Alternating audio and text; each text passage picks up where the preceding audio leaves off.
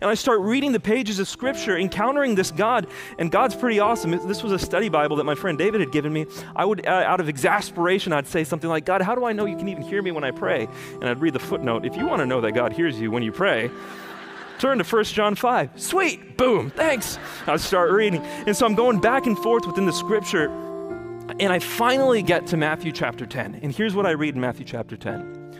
He who confesses me before the people of this world, I will confess before my Father in heaven. And he who denies me before the people of this world, I will deny before my Father in heaven. With a Muslim friend, when would you want to begin calling into question the authority or accuracy of the Quran? My suggestion to people who are talking to Muslim friends is to talk about Jesus. You don't believe in the gospel because the Quran is false. You believe in the gospel because Jesus is Lord and has risen from the dead.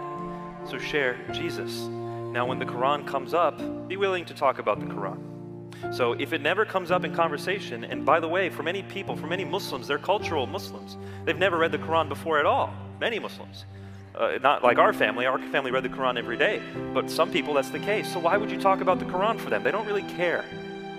So make sure you talk about what's on their heart, and ultimately if they do defer to the Quran, then be gracious and say, look, if what you're saying about the Quran is true, then you're right, but I don't think it's true. Let's discuss it, and then look into that information together when the time comes. But I would say always start off talking about Jesus. Yeah, that's good. All right, over here. Have you ever read about the flogging process, what that's actually like?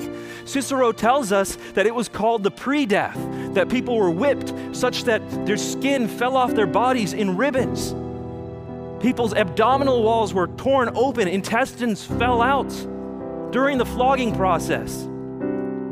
Our God going through this and then placed on a cross. You know, the cross was designed to be the most humiliating, the most painful way to die ever in human history. We had to invent a word to describe how painful it is. Excruciating. Excruce means from the cross.